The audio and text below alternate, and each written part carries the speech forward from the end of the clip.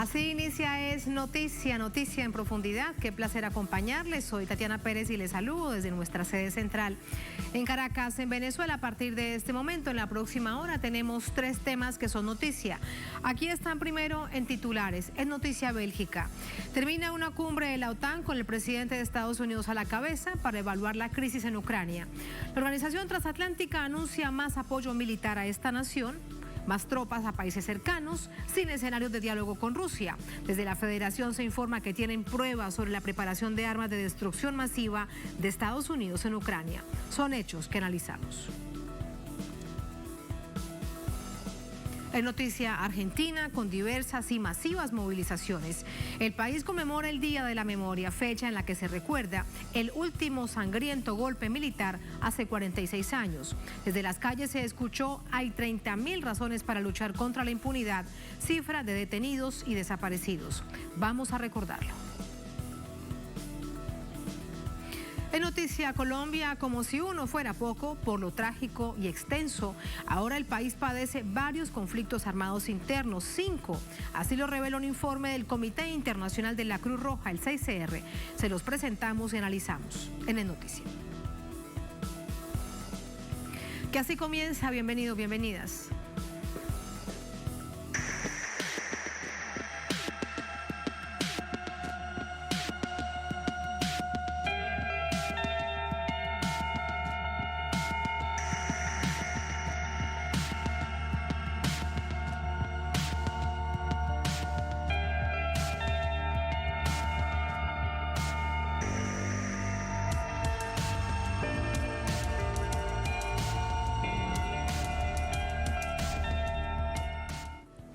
En noticia Bélgica, este jueves se realizó una cumbre en la OTAN con Biden, el presidente de Estados Unidos, a la cabeza, junto al secretario general de este organismo, Jens Stoltenberg. Señalaron todos ellos, los líderes europeos, la intención de seguir apoyando a Ucrania con la pretensión de intentar acorralar aún más a Rusia. Este jueves se realizó la cumbre de la OTAN, que coincide con el aniversario del inicio de los bombardeos aéreos de la alianza militar a Yugoslavia en 1999. Los líderes del conglomerado bélico acordaron enviar más ayuda militar a Ucrania.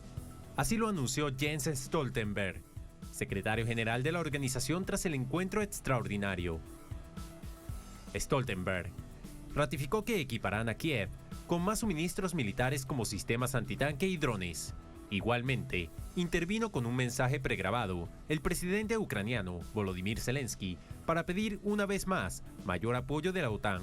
El mandatario observó que el presidente ruso, Vladimir Putin, está dispuesto a ir más allá de Ucrania. Esta vez eludió pedir una zona de exclusión aérea como había insistido. Los aliados dieron luz verde al establecimiento de 4 nuevos batallones internacionales en Hungría, Rumanía, Eslovaquia y Bulgaria, que se suman a otros 4 ya desplegados en los países bálticos y Polonia.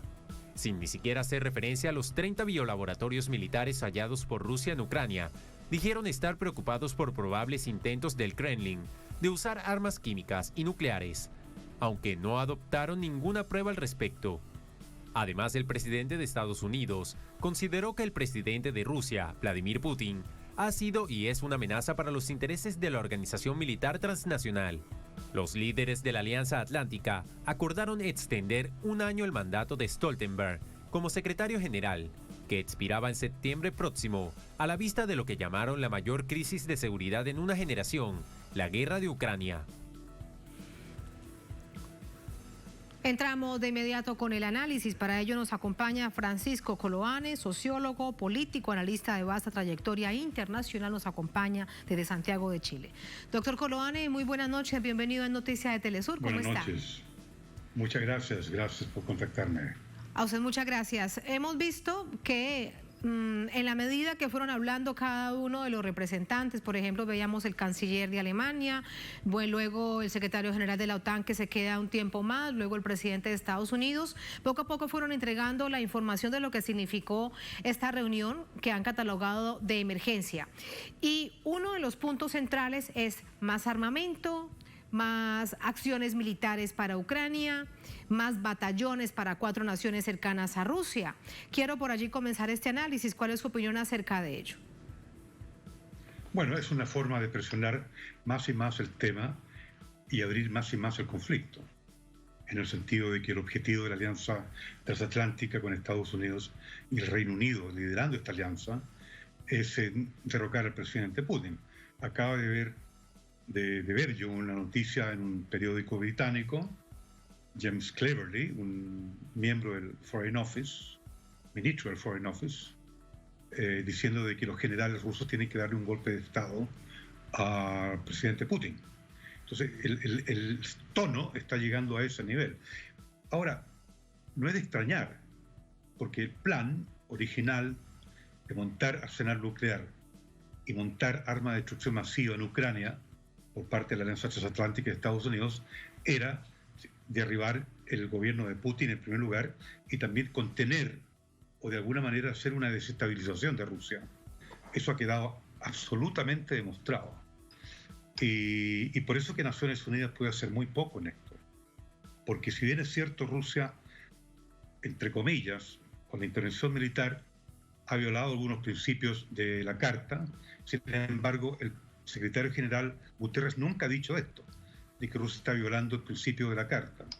Porque Guterres, el secretario general, sabe que el plan original era, ¿no es cierto?, colocar armas nucleares en contra de Rusia por parte de la Alianza Transatlántica. Existiendo esa información...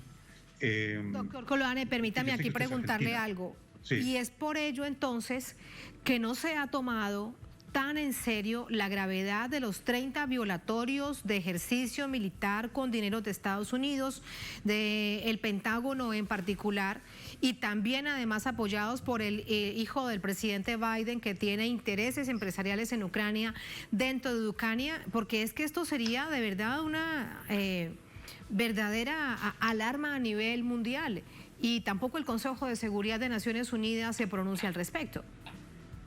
Es un tema apocalíptico, la palabra se aplica en el sentido de la corrupción que usted está mencionando respecto al hijo de Joe Biden, pero no solamente eso, estamos hablando de un gobierno que trabaja con hordas nazis asesinando a rusos en el Donbass.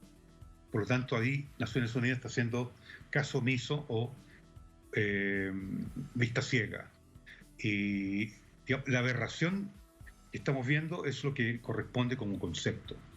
Ucrania hoy día, la situación desde el punto de vista de la diplomacia, desde el punto de vista del multilateralismo, desde el punto de vista de la negociación, es una aberración.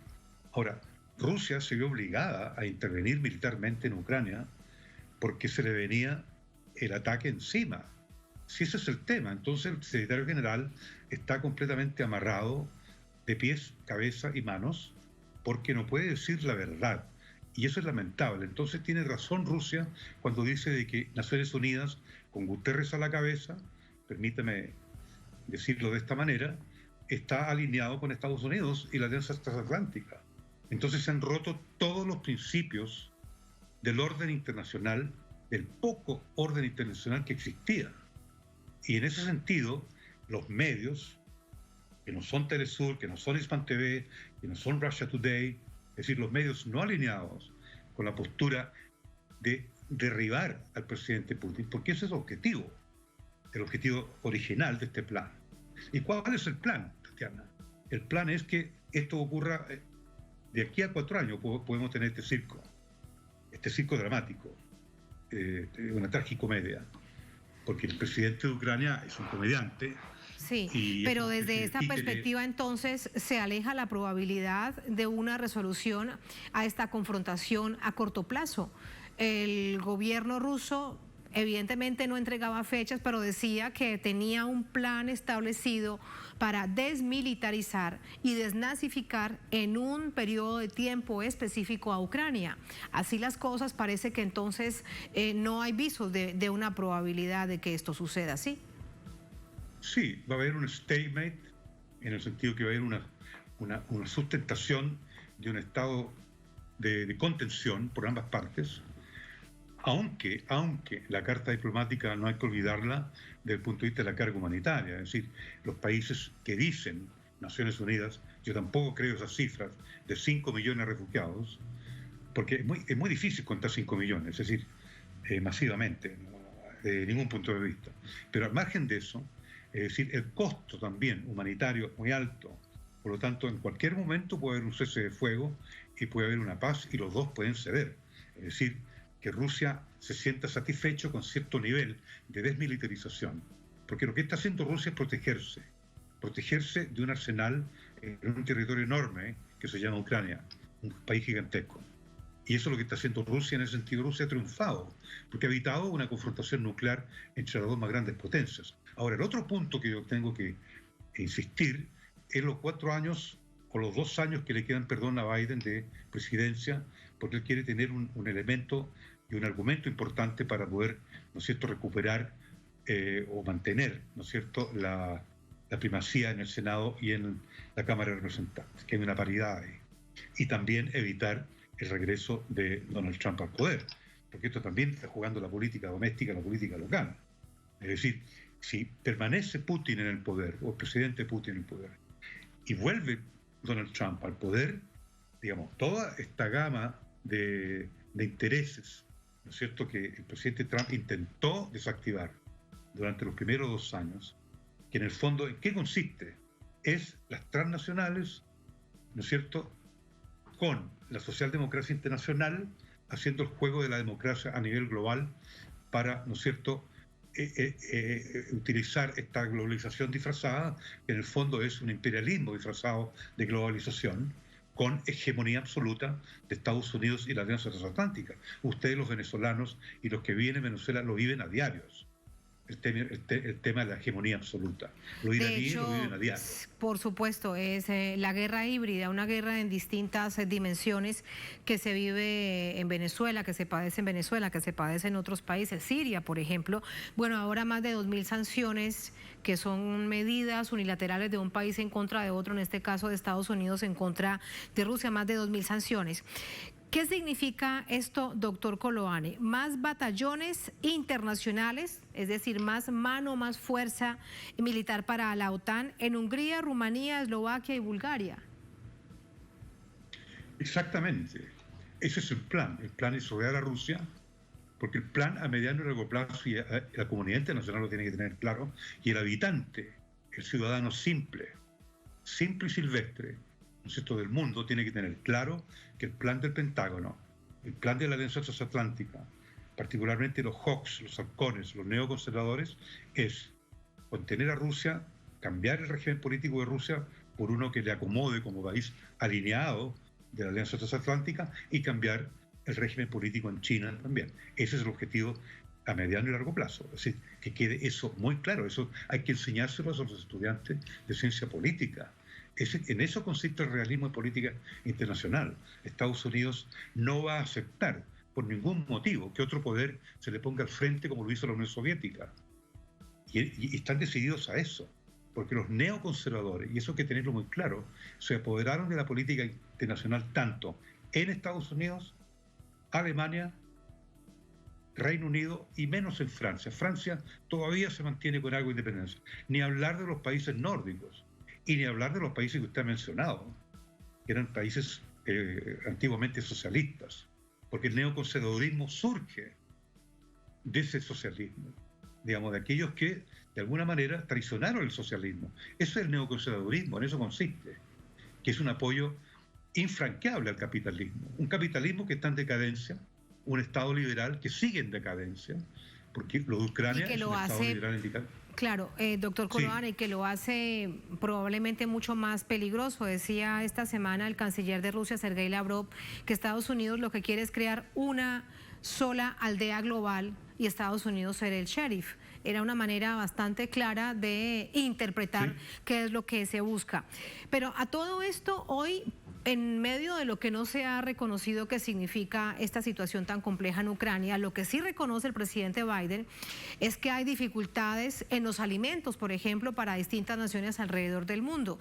Y también hay que reconocer, aunque no lo hayan dicho, que hay un verdadero lío por la producción y por además la distribución de petróleo y de gas. Mire usted, por ejemplo, cómo intenta moverse Estados Unidos con otras naciones a las que además ha considerado sus totales enemigas por no sucumbir a ellas.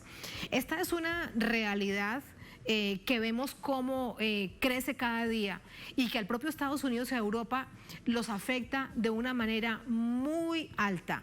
¿Por qué Europa entonces, entendiendo que es la principal afectada, sigue sometida a lo que diga Estados Unidos?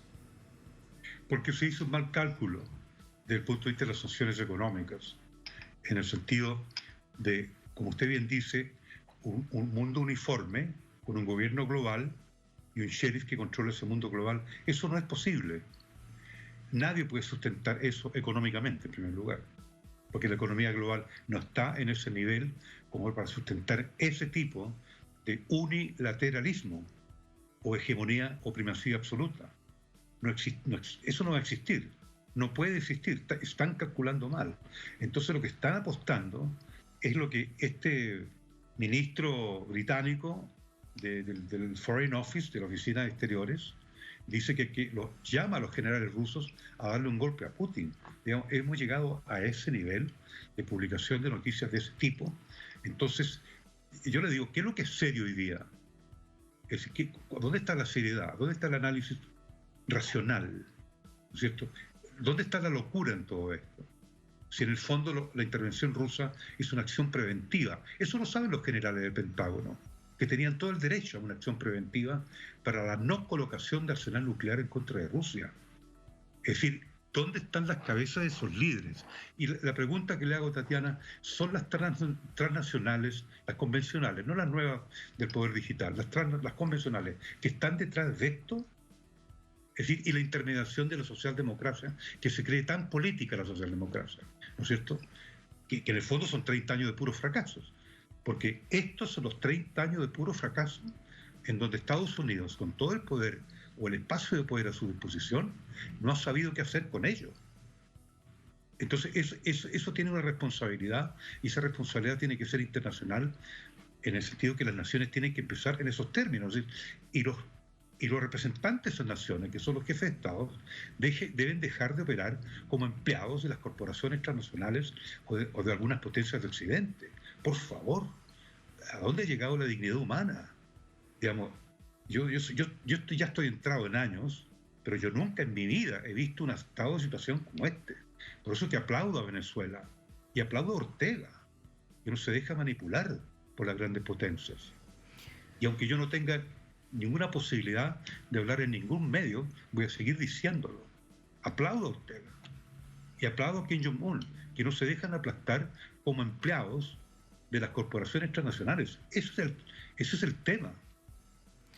Ese es el tema que además es de fondo y que, aunque no se ve, porque parece todo como si fueran políticas de gobierno, lo que subyace es todas las empresas transnacionales. En este caso, otro capítulo sería, doctor Coloane, hablar de la industria de las armas, ¿no? Sobre todo para Estados Unidos y Reino Unido. Pero digo, esto es otro capítulo, porque hoy, a propósito también de esta cumbre de la OTAN de emergencia por el tema de Ucrania, se cumplen 23 años del inicio de los bombardeos de la OTAN sobre Yugoslavia.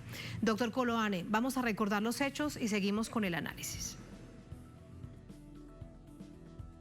El bombardeo comenzó el 24 de marzo de 1999. Bombardeó durante 2 meses y medio Yugoslavia, entonces compuesta por Serbia y Montenegro, hoy 2 países independientes. Bajo la retórica de ayuda humanitaria, con la que hoy proporcionan armas a Ucrania, la OTAN intervino en el conflicto étnico relacionado con la independencia de Kosovo, para poner fin supuestamente al genocidio que estaba en curso contra ese pueblo. La OTAN lanzó 2.300 misiles contra 990 objetivos y 14.000 bombas sobre Yugoslavia, además de uranio empobrecido, que causó el incremento de enfermedades oncológicas. El gobierno serbio contabiliza 2.500 fallecidos y 12.500 heridos a causa de los bombardeos. Pero según los registros del Tribunal Penal Internacional para la antigua Yugoslavia, se produjeron 13.500 muertos y 800.000 desplazados. Además de la destrucción de viviendas, edificaciones, hospitales, vías, refinerías y la mayor parte de la red de comunicaciones del país, que quedó inoperativa. La intervención de la alianza fue una continuación de la realizada 3 años y medio antes en Kosovo. Estados Unidos, además, aprovechó la coyuntura para crear Camp Bondsteel, su base militar más grande en el extranjero. El desenlace fue la autoproclamación de independencia de Kosovo en 2008, soberanía que reconoce la Unión Europea y Estados Unidos, pero no Rusia, China o España, entre otros. Precisamente este miércoles falleció la máxima responsable de la diplomacia estadounidense de 1997 al 2000, Madeleine Albright. Bajo su mandato se produjo este bombardeo. Albright resumió su filosofía en una frase que lanzó al hombre que le sucedería en el cargo, Colin Powell, que se oponía a intervenir en Yugoslavia. ¿Cuál es el propósito de tener estas fuerzas armadas tan increíbles de las que usted siempre habla si no las podemos usar? La historia de esta guerra está más viva que nunca. Esta semana, ante la petición de la OTAN a China de condena a la operación militar de Rusia en Ucrania, Pekín respondió que nunca olvidará quién bombardeó la embajada china en Belgrado, la capital de Serbia y antigua Yugoslavia. Por su parte, el presidente de Serbia, Aleksandar Vučić, resaltó la política de doble rasero que marca el discurso de Occidente en lo que se refiere a la antigua Yugoslavia y la actual Ucrania. Hechos importantes para recordar el marco de una historia muy reciente. Doctor Koloane, su reflexión para finalizar esta conversación con usted, siempre grata y profunda, en una fecha que recuerda todo esto, pero que desde la coyuntura y desde los medios hegemónicos pues nada se habla, nada se recuerda.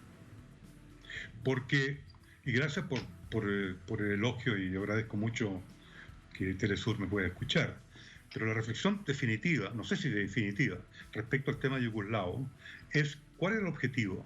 El objetivo era erradicar, ¿no es cierto?, el último espacio de socialismo que quedaba en el mundo después del desplome soviético. Eso empieza el año 1995 y concluye en 1999. En una intervención no autorizada por Naciones Unidas. El bombardeo tampoco estuvo autorizado. Naciones Unidas no autoriza bombardeo. ¿Y cuál es la reflexión que quiero hacer, Tatiana? El anticomunismo enfermizo termina en tragedias y en conflagraciones de guerras tremendas. Corea era una guerra anticomunista en contra del régimen de Kim Jong, el padre de la República de Corea. Vietnam, después del macartismo, Nixon, ¿no es cierto?, y todo el aparataje norteamericano se vuelca en contra de Vietnam. Tragedia, tremendo. Y después, la seguidilla, después del desplome soviético, Yugoslavia, termina en tragedia y en desorden. ¿Por qué? Antisocialismo y anticomunismo. Y todas las intervenciones norteamericanas y del Reino Unido, post-desplome soviético, las invasiones de Afganistán, lo de Somalia, lo de Libia, lo de Siria y lo de Irak, son porque provienen de lo que yo llamo anticomunismo enfermizo. Es decir, el anticomunismo enfermizo, ¿no es cierto?, deriva siempre en tragedias, porque es innatural, no está con la naturaleza. Es decir, hay personas que naturalmente van a pensar en una sociedad socialista, porque es lógico, desde el punto de vista de la injusticia que provoca el capitalismo, absolutamente lógico. Por lo tanto, el anticomunismo enfermizo termina en tragedia. Esa es la reflexión, no hay otra reflexión. Muchísimas gracias, doctor Koloane. Y queda además también, como siempre, en interrogante el papel que cumple la OTAN en todo esto que hemos visto, solamente hablando de la historia reciente de nuestra humanidad. Muchísimas gracias, muy buenas noches. Buenas noches, gracias a ustedes. Muchas gracias. Así vamos a la primera pausa en esta emisión de Es Noticia. Al volver en Noticia Argentina, con diversas y masivas movilizaciones, el país conmemora el Día de la Memoria, fecha en la que se recuerda el último sangriento golpe militar hace 46 años. Desde las calles se escuchó: hay 30.000 razones para luchar contra la impunidad. La cifra de detenidos y desaparecidos. Les contamos y profundizamos en ello al volver en Es Noticia.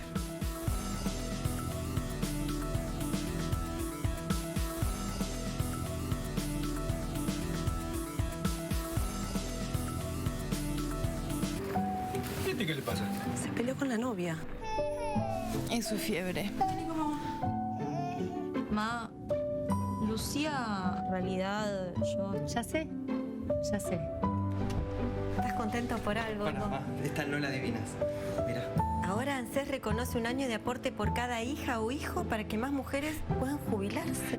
Para las madres que saben todo, una noticia que no se esperaban. Reconocemos un año de aportes por hija o hijo. No es un regalo, es un derecho. Entérate más en anses.gov.ar.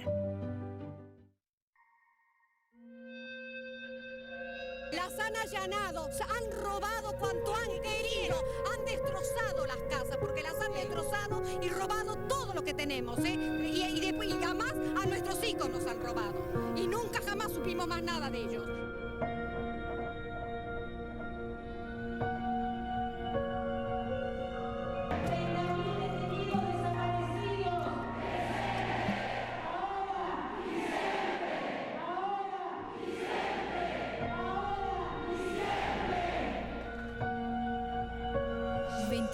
De marzo, Día Nacional de la Memoria por la Verdad y la Justicia en Argentina.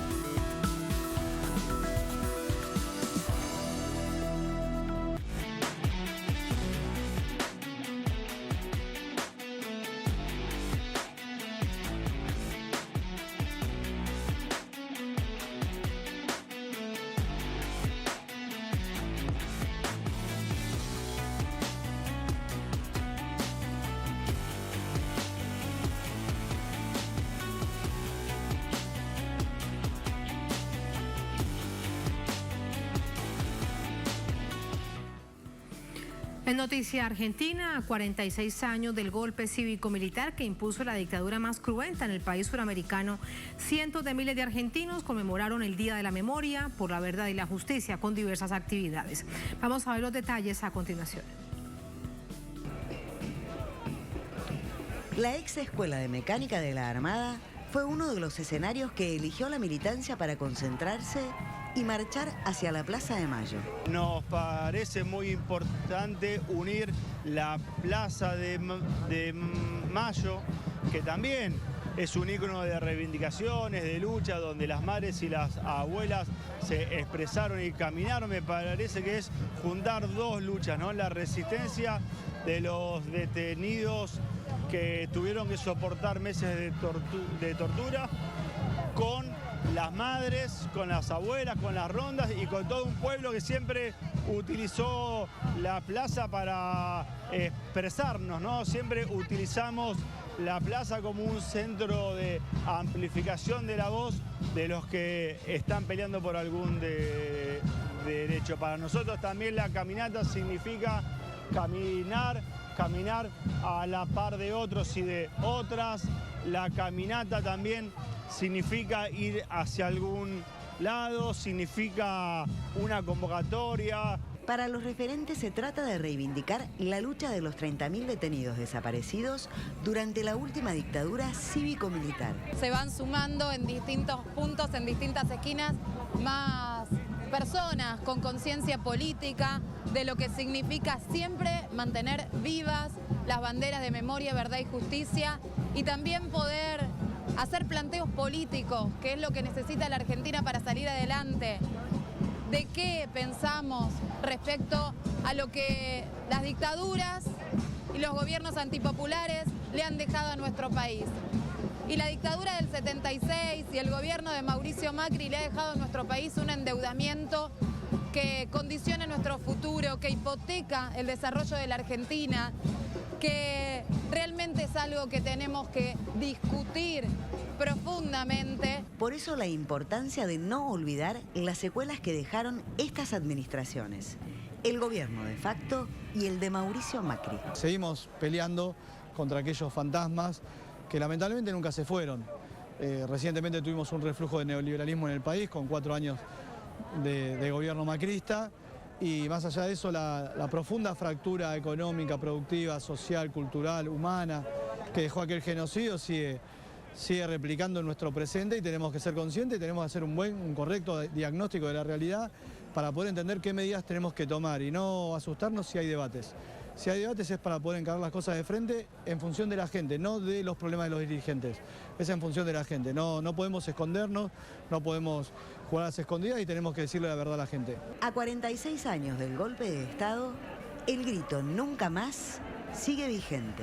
La verdad que ese golpe de Estado vino no solo a ser lo que hoy conocemos como la violación más grande de los derechos humanos probablemente del continente, sino que además vino a implementar un modelo económico y un modelo de sociedad que hacía falta, según su interpretación, terminar con una generación para poder llevarlo adelante. Entonces yo creo que lo que hay que hacer no solo es conmemorarlo, no solo recordar, reflexionar, sino también y sobre todo actualizarlo. ¿De qué se trata esa lucha? ¿Para qué los derechos humanos?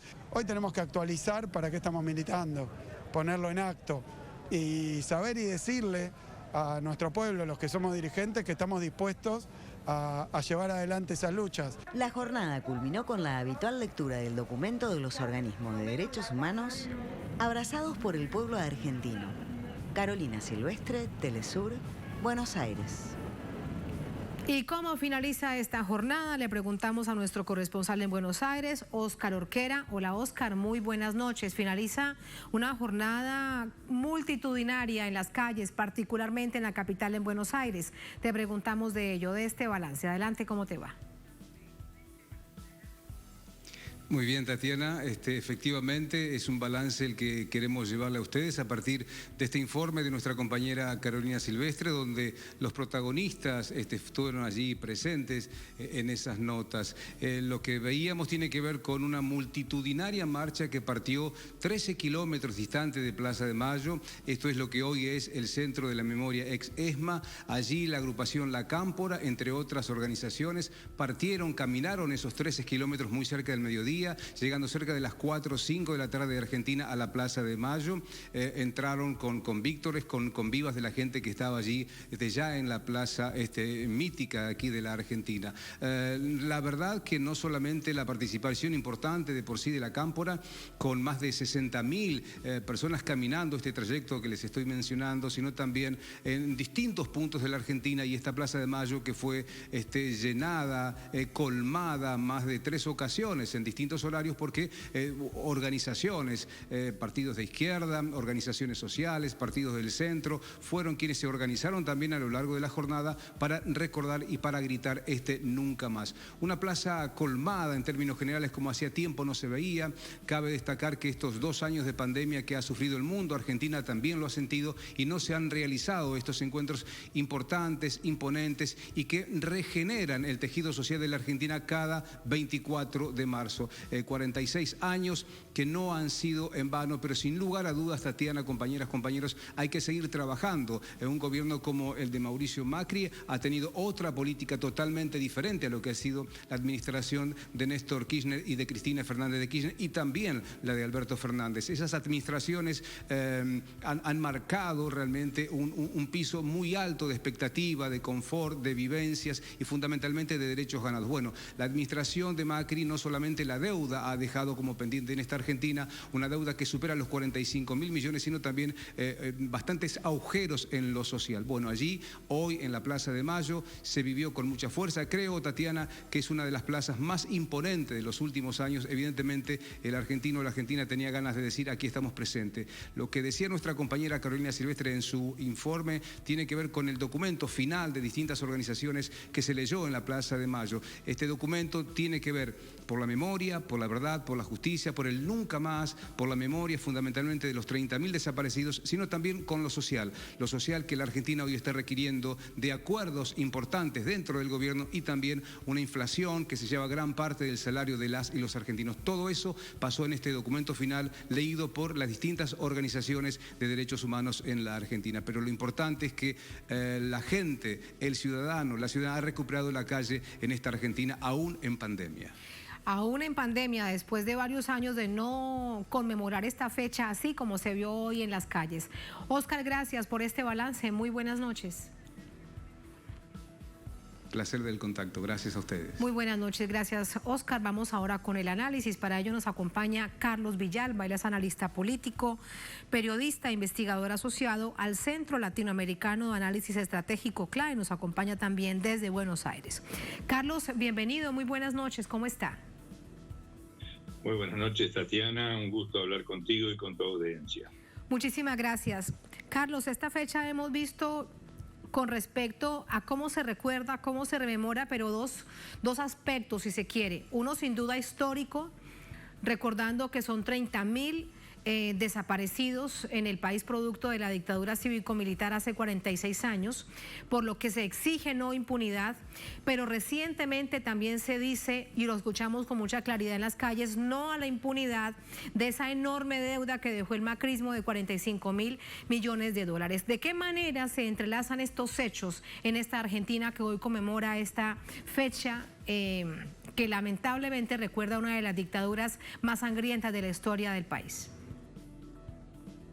Bueno, Tatiana, yo te diría que los informes de Carolina y Oscar de alguna manera sintetizan los sucesos de la jornada de hoy. Hoy se cumplieron 46 años de aquel día. Es un día muy importante y que tiene un componente extra, que es que después de 2 años, por primera vez, se puede expresar el repudio y la crítica al golpe cívico-militar de 1976 en las calles, porque los últimos 2 años estuvimos privados de esa posibilidad a partir de... Sí, Carlos, lo escuchamos. Hemos perdido la comunicación con nuestro invitado, Carlos Villalba, analista político, periodista e investigador asociado al Centro Latinoamericano de Análisis Estratégico CLAE.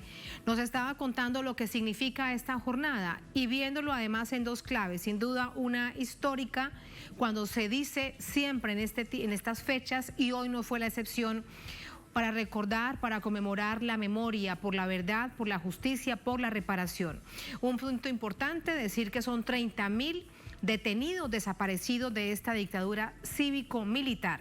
Y de otro lado, se ha también recordado y se ha pedido no a la impunidad del gobierno anterior de Mauricio Macri por esa enorme deuda contraída por su gobierno con el Fondo Monetario Internacional, una deuda de 45.000 millones de dólares que en este momento ha renegociado porque no hay cómo pagar, además de todos los intereses por parte de este gobierno, del gobierno del presidente Alberto Fernández. Por ello, durante casi 1 año, se adelantó todo un proceso de renegociación que luego dio paso a Cámara y a Senado, es decir, a toda la legislatura, al Congreso, y finalmente fue aprobada para tratar de sacar adelante todo el plan de desarrollo social que se exige y que hoy también fue escuchado en las calles.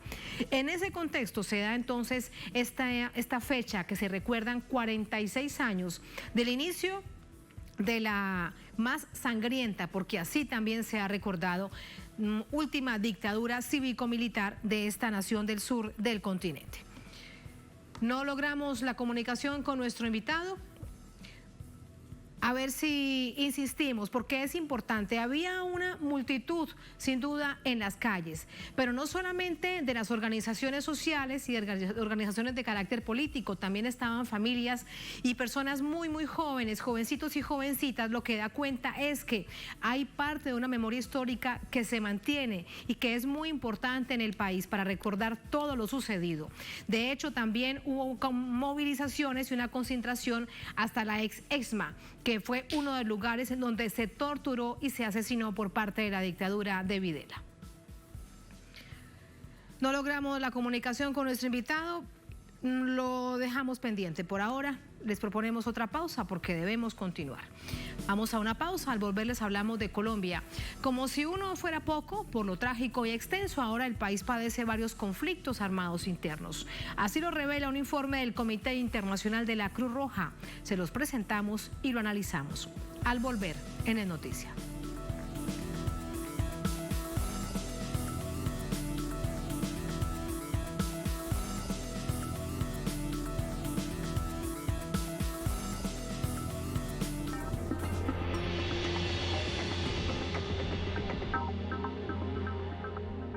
El día de hoy voy a hacer el mejor video del mundo. Su saldo es insuficiente. Ingrese una nueva tarjeta. Así ya no puedo. ¿No les cansa que esto cada vez no nos pase? Ay, bueno, les cuento. El nuevo decreto supremo 4669 dice que las telefónicas ya no nos van a poder quitar nuestro crédito cuando se acaben nuestros megas. Y eso significa que vamos a poder seguir haciendo buenos TikToks, seguir chismeando con la vecina. Porque cada mega vale.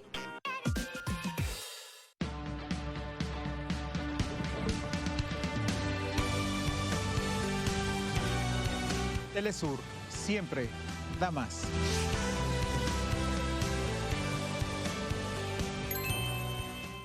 El fútbol o el béisbol. Y si encuentras el espacio donde ambos convergen, donde te hable de su historia, su alcance y sus curiosidades, existe y lo disfrutas en Goles al Bate. Sábados, solo por Telesur.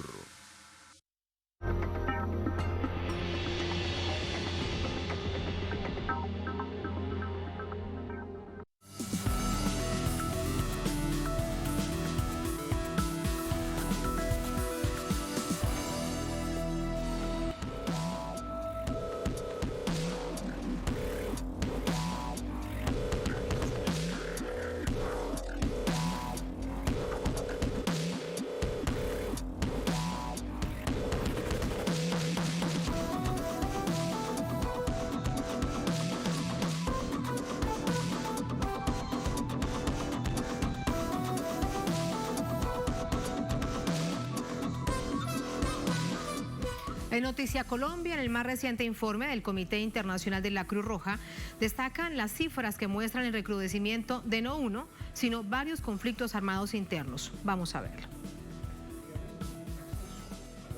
El Comité Internacional de la Cruz Roja en Colombia presentó su balance en materia de derechos humanos y derecho internacional humanitario para el 2021. Donde se asegura que el desplazamiento masivo y el confinamiento de las comunidades alcanzaron los niveles más altos de los últimos 5 años, producto de persistentes conflictos. En Colombia hoy en día hay 6 conflictos armados no internacionales en el país. El primer conflicto es el conflicto entre el Estado colombiano y el Ejército de Liberación Nacional. El segundo es entre el Estado colombiano y las autodefensas gaitanistas de Colombia, las AGC. El Estado colombiano contra las antiguas FARC-EP actualmente no acogidas al proceso de paz. El Ejército de Liberación Nacional contra las autodefensas gaitanistas de Colombia. Las antiguas FARC-EP actualmente no acogidas al acuerdo de paz contra la Segunda Marquetalia. Y las antiguas FARC-EP actualmente no acogidas al proceso de paz contra el Comando de la Frontera, en particular en el Putumayo. Algunas comunidades advierten que viven bajo la zozobra, el miedo que condicionaron la vida de miles de personas por la reconfiguración de los actores armados no estatales y el incremento de la reconfiguración armada, la disputa por el territorio y el control social, sobre todo en regiones del sur del país, la costa pacífica, Córdoba, Antioquia, sur de Bolívar, además del norte de Santander y Arauca. Aquí es donde se concentran la mayor cantidad de violaciones al derecho internacional humanitario. En 2021 hubo 45.108 personas confinadas, que estuvieron confinadas en 6 departamentos. Un aumento del 60% entre 2020 y 2021. El 78.5% de esos confinamientos acontecieron en el Chocó. El 11% en Antioquia y el 6% en Nariño. O sea, esos 3 departamentos solos, Chocó, Antioquia y Nariño, concentraron el 95% de los confinamientos que acontecieron en el 2021. Hablando de los desplazamientos, estamos hablando de 52.880 personas que tuvieron que desplazarse masivamente. Un aumento del 148% entre 2020 y 2021. También dan cuenta de que casi 80.000 personas tuvieron que desplazarse individualmente. El 80% de este tipo de datos se produjeron en Antioquia, Nariño, Cauca, Chocó, Valle, Bolívar y Antioquia. También recogen cifras de desapariciones durante el 2021. El año pasado recogimos 168 casos de personas desaparecidas recientemente. Y eso significa un caso cada 2 días. Y eso muestra que el fenómeno de la desaparición, que desafortunadamente es una realidad desde hace mucho tiempo en Colombia, no es un fenómeno del pasado, pero también es un fenómeno del presente. De los 168, 161 fueron adultos y los restos son menores y 145 son civiles, personas que no participaban en las hostilidades. Un panorama aún más complejo se presenta con las víctimas por artefactos explosivos, con un registro de 486, cuyo número es el más alto de los últimos 5 años. Accidentes ocurridos en 14 departamentos, siendo norte de Santander, Cauca, Chocó, Antioquia y Arauca, donde se concentró el 76% de las víctimas. Hernán Darío Tobar, Telesur, Bogotá, Colombia. Allí están los hechos, vamos a entrar con el análisis. Para ello nos acompaña Luis Eduardo Celis, es analista del conflicto, es asesor de la Fundación Paz y Reconciliación, nos acompaña desde Bogotá. Luis Eduardo, bienvenido a Noticias de Telesur, muy buenas noches. Tatiana, muy buenas noches a ti y a todo el equipo de Telesur y gracias por seguir los temas de Colombia. A usted muchísimas gracias. Escuchábamos atentamente al representante del 6CR, del Comité Internacional de la Cruz Roja en Colombia, hablando de no uno, sino de 6 conflictos armados internos en el país. Uno se pregunta, ¿era realmente impensable un escenario de estos tras la firma del acuerdo de paz entre las FARC y el Estado colombiano? Hoy este es el escenario. ¿Cuál es su análisis? Pues desafortunadamente el gobierno del presidente Iván Duque frustró esta ilusión de paz. Nosotros en Colombia tuvimos la ilusión de que podíamos avanzar en un esfuerzo de paz y se logró con el liderazgo del presidente Juan Manuel Santos, con el compromiso de las FARC, con el acompañamiento de una buena parte de la sociedad colombiana, ese acuerdo en el 2016, pero desafortunadamente pues el gobierno del presidente Iván Duque se empecinó en no cumplir el acuerdo de paz. Eso hizo que las disidencias de las FARC crecieran, ese incumplimiento, y también hace falta un acuerdo con el ELN. Y sumándole a todo eso, pues la persistencia de las mafias y el narcotráfico hacen que el informe de la 6CR documente que 6 años después de firmado ese acuerdo que nos generó tanta ilusión, Colombia siga viviendo un conflicto armado con varias manifestaciones que maltratan y atropellan a muchas comunidades en el país. Y no solamente es eso, sino es que es realmente muy difícil de comprender y de pensar, Luis Eduardo, se lo pregunto, en la probabilidad de volver a un proceso de paz. 6 conflictos armados internos, algunos de ellos entre el Estado y el Ejército de Liberación Nacional, las FARC y las Autodefensas Gaitanistas de Colombia, el ELN y las Autodefensas Gaitanistas de Colombia, las FARC con la Segunda Marquetalia. Es casi que inentendible y no me quiero ni imaginar qué pensará el pueblo colombiano de ello. Pues esa es la dura realidad, Tatiana, y el 6CR lo que hace es constatar que por lo menos en 200 municipios del país se sigue sufriendo el confinamiento, el desplazamiento, se sigue dando hechos de violencia organizada y todo eso es lo que la sociedad colombiana tiene que superar. Desafortunadamente este gobierno que está terminando pues no ha hecho nada por avanzar en la construcción de paz, muy por el contrario lo que ha hecho es echar para atrás el acuerdo que se firmó con las FARC. Hemos constatado que no hay ningún avance en el punto 1 sobre el desarrollo rural y tampoco mucho avance en el punto 2 de reforma política. Hemos visto, por ejemplo, todo este escándalo sobre el mal desempeño de la registraduría en las elecciones recientes. Todo eso lo que muestra es que hay un esfuerzo de paz por avanzar en la sociedad colombiana y que esa será tarea, ojalá, de un gobierno que esté comprometido realmente con una sociedad en paz.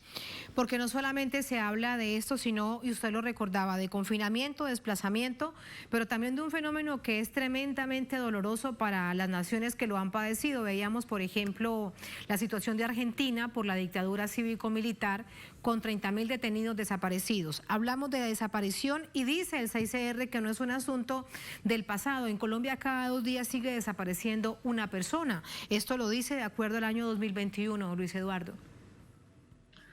Sí, pues la desaparición forzada en Colombia se sigue practicando por parte de muchos actores y las cifras de la desaparición forzada podrían llevar a que en este conflicto tengamos más de 100.000 desaparecidos en los últimos 40 años.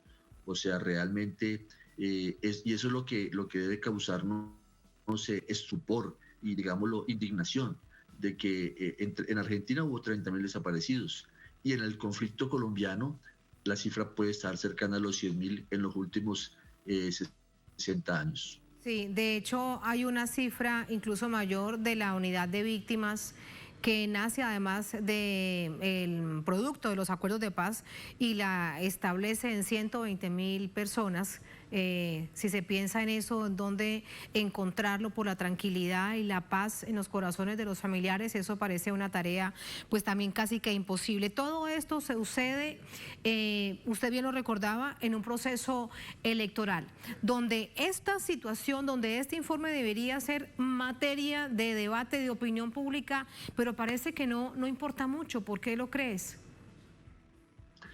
No, yo creo que el tema de la construcción de paz sí está en la campaña política. Por ejemplo, en la campaña del Pacto Histórico, el candidato Gustavo Petro se ha comprometido a avanzar hacia una paz total, lo cual implicaría una negociación con el ELN y un esfuerzo de sometimiento con las disidencias de la FARC y todo este grupo de mafias que persisten en una violencia organizada en el territorio colombiano. Yo creo que un gobierno del Pacto Histórico, que es la candidatura más opcionada, según los resultados de las elecciones del 13 de marzo y de las encuestas, sería un gobierno que podría avanzar en paz. Si hay un continuismo de estas alianzas de derecha donde está el Centro Democrático, partido de gobierno actualmente, pues muy difícilmente se podrá avanzar en paz. Y lo que habría que decir es que en la sociedad colombiana hay fuerzas que propugnamos por avanzar en democracia y paz, y hay fuerzas que quieren mantener estas violencias organizadas. Y si es el caso, habrá que ver la decisión que tome el pueblo colombiano en primera y en segunda vuelta, pero si ese es el caso con Federico Gutiérrez, recordemos que cuando él sale ganador en las primarias del pasado 13 de marzo como el candidato del uribismo, el candidato de esta coalición Colombia, él dice que quiere una Colombia en paz, pero es una Colombia en paz con muchas entre comillas, Luis Eduardo. Sí, pues yo creo que en el caso colombiano está claramente demostrado que hay una parte, digámoslo, del mundo social y político que se siente a gusto con este orden de exclusiones, este orden de inequidad y este orden de violencias organizadas. Eso está representado claramente por el Centro Democrático y por esa coalición de fuerzas que hoy están acompañando al presidente Iván Duque y que pues son un desastre en todas las materias en las que se les evalúe. Y hay otra parte de la sociedad colombiana que quiere avanzar en democracia, que quiere avanzar en superar las exclusiones y realmente construir un orden de convivencia democrático. Eso, por supuesto, que es el debate en la sociedad colombiana, es lo que estamos viviendo y va a depender de cómo termine ese debate en la elección del próximo presidente, que muy seguramente va a ser en una segunda vuelta en junio. Ahí se juegan las posibilidades de avanzar en una sociedad en paz o de mantenernos en estas violencias que tanto sufrimiento traen a la sociedad colombiana. Sí, por último, Luis Eduardo, y también a manera de reflexión yo le pregunto, pero el papel que realmente se juega desde sectores políticos y también incluye a los medios de comunicación para poder entender la gravedad de lo que se está viviendo en Colombia. 6 conflictos armados internos, cada región una más complicada que la otra, el Chocó al olvido y en manos de grupos paramilitares y de otros grupos criminales, solamente por citar el departamento del Chocó, pero también está el departamento del Cauca, hasta el sur del país con el departamento de Putumayo y Arauca, etcétera, etcétera. Uno se pregunta es, ¿qué tanto se ayuda desde la generación de opinión pública al entendimiento de la gravedad de lo que está pasando? Con este informe del 6CR que así ha sido develado. Pues yo creo que en la sociedad colombiana es un tema que hemos debatido en los últimos 30 años, o sea, cómo salir de todas estas violencias organizadas. Hay que decir que, por ejemplo, el candidato Gustavo Petro viene de un acuerdo de paz, del primer acuerdo de paz contemporáneo que se firmó con la guerrilla del M-19 en marzo de 1990. Entonces, todo este esfuerzo de debate, de acción política, de acción social, pues ha sido un esfuerzo sostenido en la sociedad colombiana en los últimos 30 años. La paz en Colombia ha sido un esfuerzo incremental, a diferencia, por ejemplo, de la paz del Salvador, que fue una paz política que se hizo en un solo acuerdo en el año 92. En el caso colombiano no, en el caso colombiano nosotros hemos tenido un modelo de paces incrementales y con seguridad que vamos a seguir avanzando en ese esfuerzo porque hay una parte mayoritaria en la sociedad colombiana que quiere vivir en paz y muy seguramente eso se va a expresar en los resultados electorales de este debate presidencial. Pero indudablemente que es un tema que se discute todos los días y donde algunos medios de comunicación ayudan en ese debate y otros pues son mucho más, digámoslo, limitados en su cubrimiento de estos temas que son muy, muy importantes en la sociedad colombiana. Muchísimas gracias, Luis Eduardo, por ese análisis. Buenas noches. Bueno, Tatiana, a ti muchas gracias y buenas noches. Buenas noches, muchas gracias. A ustedes gracias por habernos acompañado. Así ponemos punto final a esta emisión de Noticia. Un placer como siempre, será hasta mañana. Sigan con nosotros.